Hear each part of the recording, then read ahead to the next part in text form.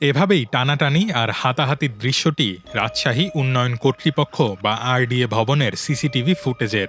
মঙ্গলবার সকাল 9:30টার দিকে পুলিশের উপস্থিতিতে এভাবেই দরপত্র বা টেন্ডার বাক্স ছিনিয়ে নিয়ে যায় ২০ থেকে ২৫ জনের একটি দল।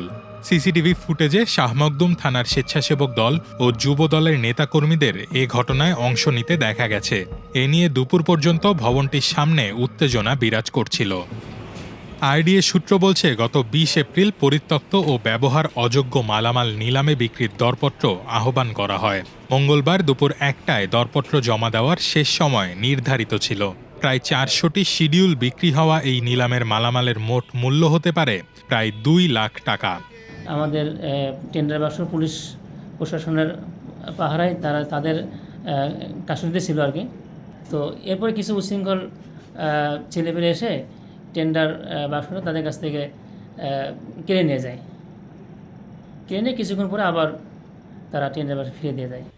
ঘটনার পরপরই সেখানে নিরাপত্তা জোরদার করে পুলিশ। পরে বেলা ২:৩০টার দিকে বাক্সটি খোলা হয়।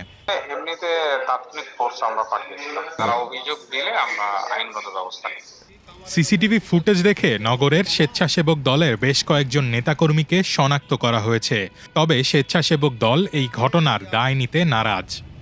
টেন্ডারটা সাধারণ জনগণের হক, এটা জবরদস্তিভাবে যদি কেউ করতে চায় এটা অবশ্যই এটাই খারাপ জিনিস এবং আমাদের সংগঠনের দায় নেবে না অবশ্যই।